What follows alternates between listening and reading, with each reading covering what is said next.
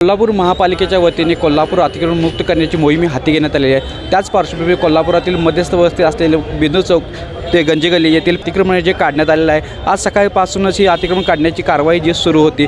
गेल्या 2 दिवसापूर्वी त्यांना अतिक्रमण स्वतःहून काढून घेण्याची साठी जे नोटीस देण्यात आली होती, पण कोणतेही अतिक्रमण न काढून घेतले आणि महापालिकेने आज पहाटेपासून या ठिकाणी कारवाई केलेली पाहायला मिळते। या कारवाईमध्ये जे यातील दुकानगाळे आहेत त्यांच्या दुकानच्या समोर जे वाढीव जे बांधकाम होते किंवा वाढीव जे पत्राशेड टाकले होते हे काढण्याचं काम महापालिकेने या ठिकाणी केलेलं पाहायला मिळते। त्याचबरोबर या ठिकाणी पाहिलं तर 2 लॉज आहेत ज्याचे परवाना हा असल्याने या ठिकाणी ते जो 2 लॉज आहेत ते देखील सील करण्यात आले असल्याची माहिती आपल्याला समोर समजत आहे। तर पाहू शकता की जे 2 लॉज आहेत ते या ठिकाणी सील करण्यात आलेले आहेत। खरं तर अनेक दिवसापासून कोल्हापूरमध्ये अतिक्रमण काढण्याची मोहीम ही सध्या सुरू आहे। याच पार्श्वभूमीवर कोल्हापुरातील बिंदू चौक गंजिमा यापासून पहिलं थोड्या अंतरावर महालक्ष्मी मंदिर आहे, त्यामुळे अनेक भाविक जे आहेत या परिसरामध्ये येत असतात। त्या भाविकांना जे पाहिलं तर अडचणीचा सामना हा करावा लागत आणि या पार्श्वभूमीवरच जे अतिक्रमणधारक आहेत तिथे हे अतिक्रमण काढण्यात आलेलं आहे आणि अशीच यापुढे देखील ही मोहीम सुरू राहणार आहे। त्याचबरोबर अधिकारी आहेत यांच्याशी देखील आपण बोलणार आहोत, त्यांच्याशी जाणून घेणार आहोत नेमकी आज काय कारवाई केली आहे, किती लोकांवर कारवाई केली, नेमकी काय कारवाई केली या ठिकाणी। महापालिकेचे अधिकारी आपल्यासोबत आहेत। मॅडम, सध्या कुठे कारवाई केली, नेमकी काय कारवाई करण्यात आलेली आहे? सध्या आपला कोल्हापूर शहरामध्ये अतिक्रमण खूप मोठ्या प्रमाणात आहे। त्या अनुषंगाने PIL दाखल झाली होती, त्याचे हेअरिंग झाले। त्या अनुषंगाने आम्हाला आदेश देण्यात आले होते की गंजी गल्ली परिसर, माळकर तिकटी व बिंदी चौक हा परिसर अतिक्रमणमुक्त करावा। या अनुषंगाने आज कार्यवाही करण्यात आलेली आहे। यासाठी लक्ष्मीपुरी पोलीस स्टेशन, राजवाडा पोलीस स्टेशन तसेच महानगरपालिकेचे सर्व अधिकारी कर्मचारी आज मोठ्या प्रमाणात मोहिमेमध्ये सहभागी झालेले आहेत आणि या अनुषंगाने स्क्रॅपवाले तसेच ज्यांनी आपल्या शॉपच्या बाहेर शेडबॅग परत उभं केलं होतं, तसेच बरेच फेरीवाले होते, त्यांचं साहित्य जप्त करण्यात आलेलं आहे आणि इथे 2 लॉज आहेत, त्यांच्याकडे परवाना नसल्यामुळे ते 2 लॉजही आम्ही सील केलेले आहेत।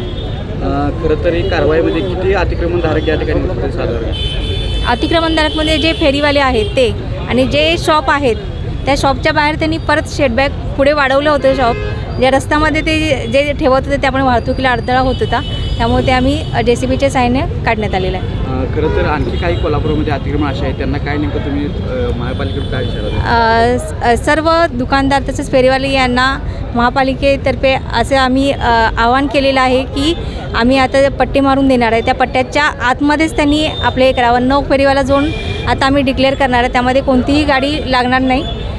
याप्रमाणे आता नियोजन चालू आहे आणि जे दुकानदार आहेत त्यांनी आपलं दुकानाचे जे साहित्य ते दुकानाच्या बाहेर लावू नये याची दक्षता घ्यावी आणि साहित्य एकदा जप्त केल्यानंतर ते परत करता येणार नाही असा ठराव झालेला आहे महासभेच्या। त्या अनुषंगाने सर्व कोल्हापूर शहरात 2 दिवसापासून कार्यवाही चालू आहे। यापूर्वी ही कार्यवाही केलेली आहे लक्ष्मीपुरीमध्ये, पण परत 1-2 दिवसात जरी हे केलं तरी ही कार्यवाही सतत सुरू राहील आणि पूर्ण कोल्हापूर शहर अतिक्रमणमुक्त करण्याचा आमचा प्रयत्न राहील।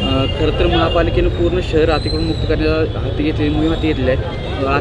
अतिक्रमणधारकाकडून काही विरोध होताना पाहता मिळतोय का? अतिक्रमणधारकांचं असं म्हणणं असते की जरी आमच्याकडं परवाना नसला तरी आम्ही 40 वर्षापासून या ठिकाणी व्यवसाय करतो, तर आम्हाला परवानगी द्या। आम्ही काही लोक जे बायोमेट्रिक कार्डधारक आहेत त्यांना फिरता व्यवसाय करायचा आहे, पण ते परमनंट गाडी तिथं रस्त्यावर लावून जातात।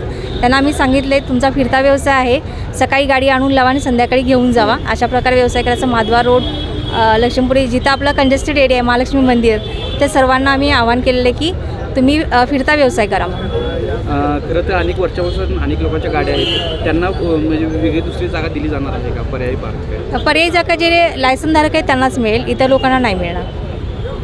खरं नक्की जाऊन पाहिलं तर कोल्हापूर अतिक्रमण मुक्त करायचा असं निर्धार जो आहे महापालिकेने घेतला आहे। हायकोर्टाने कोल्हापूर सर्किट बेंचने देखील जे कोल्हापूर अतिक्रमण मुक्त करण्यासाठी जे सूचना जी आहे ते महापालिकेला दिलेल्या आहेत, त्या अनुषंगाने कोल्हापुरातील अनेक विविध ठिकाणी जे अतिक्रमण आहे ती काढण्याची मोहीम आता जोरदार सुरू आहे। लाईव्ह मराठीसाठी सलमान जमादार, कोल्हापूर।